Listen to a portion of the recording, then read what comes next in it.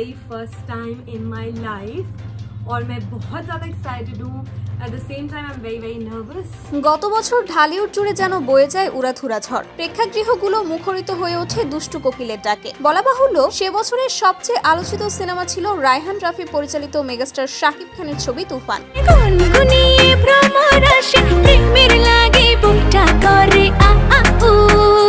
আর এবার এই জুটি আসছে তাণ্ডব নিয়ে। গুঞ্জন উঠেছে তাণ্ডবের ডান্স ফ্লোর কাঁপানো আইটেম গানে কণ্ঠ দিতে আগ্রহ প্রকাশ করেছেন বলিউডের খ্যাতনামা গায়িকা নেহা কাক্কার। बड़ा उनसे प्यारा दुनिया में कोई नहीं है.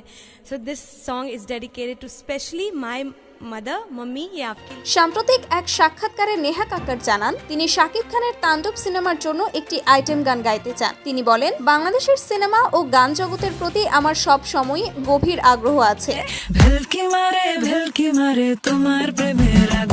Like you all know, of course, I am performing here at. এছাড়া 2015 সালে মাহিয়া মাহির অগ্নি 2 সিনেমার ম্যাজিক মামুরি গানের মাধ্যমে বাংলাদেশি গানে আমার ডেবিউ, যেটি সব সময় ব্যাপক সাড়া ফেলেছিল গণমানুষকে।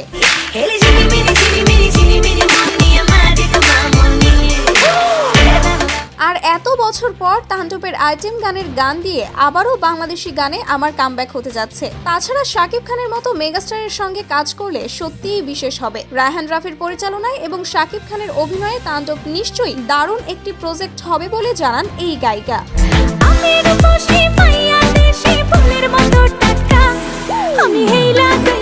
যদি সবকিছু ঠিকঠাক হয় তাহলে তাণ্ডব সিনেমার আইটেম গান দিয়ে আবার নেট দুনিয়ায় তোলপাড় হয়ে যাবে, সেটা আর বলার বাকি রাখে না। নেহা কাক্কারের কণ্ঠে শাকিব খানের লিপসিং আর ডান্স পারফরমেন্স দর্শকদের জন্য হতে পারে এক অনন্য অভিজ্ঞতা।